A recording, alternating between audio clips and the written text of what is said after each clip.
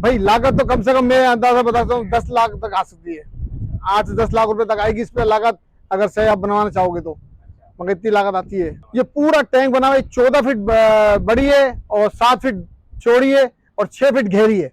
और ये इस वक्त फुल पानी से लोड है, पूरी पानी से लोड है और खड़ी है इस वक्त। ये इस्तेमाल में पानी पूरे घर के इस्तेमाल में। ये हायरू बनाई है मैंने, जो बोलान गाड़ी है, जो न्यू मॉडल बनी हुई गाड़ियाँ, तो उसका नक्शा दिया मैंने।